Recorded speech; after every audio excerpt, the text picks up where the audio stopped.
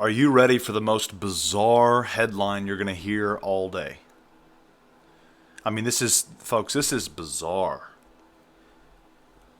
A transformation of a mother and a son who became a father and a daughter.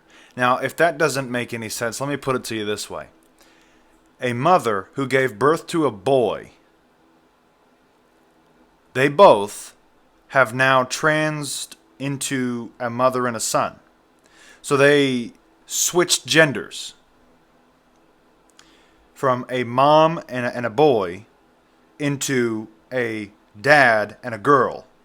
Does that make sense? That's bizarre and it's very confusing. Well, if we just go straight off what the Bible says, what does the Bible say? The Bible says that God is not the author of confusion. There are folks who are running around today who are so confused they can't even understand their biological identity. They can't accept it. That's terrible. Now, in this story, we're talking about a 15-year-old named Corey Mason, or Maison as it's pronounced in French, who first informed her parents she identified as a girl 4 years ago, and then turned around and discovered that her mother also struggled with gender identity as well. And the two now rely on one another as they begin this transition together. They just did a recent interview with 60 Minutes. I'll read you some of the quotes here. I wanted to make my parents proud of who I am, but I thought that they would not like me, Corey said about coming out as a transgender. And then there is the mother, Eric Mason, who used to go by Erica, said that she/he was emboldened by his daughter's decision. He as well wrestled with different emotions while deciding whether to transition or not. Now, hold on just a minute here. How in the world is this not illegal? The parent obviously was confused, and that confusion was portrayed onto the child. So,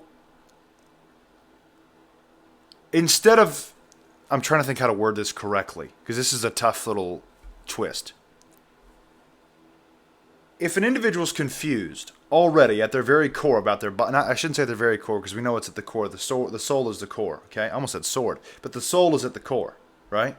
If they're confused at the biological level and they go to raise a child, how confused do you think that child's going to be? It's preposterous to think that this is a part of our society, this confusion. There is no science that backs this whatsoever, and somehow society wants to swing open the doors to whatever we can dream up as a part of a pronoun or identity. It's absurd, but you have to recognize the agenda behind it. And folks, there's a massive agenda behind it. And I think a lot of us are understanding what is going on, this confusion, this demoralization.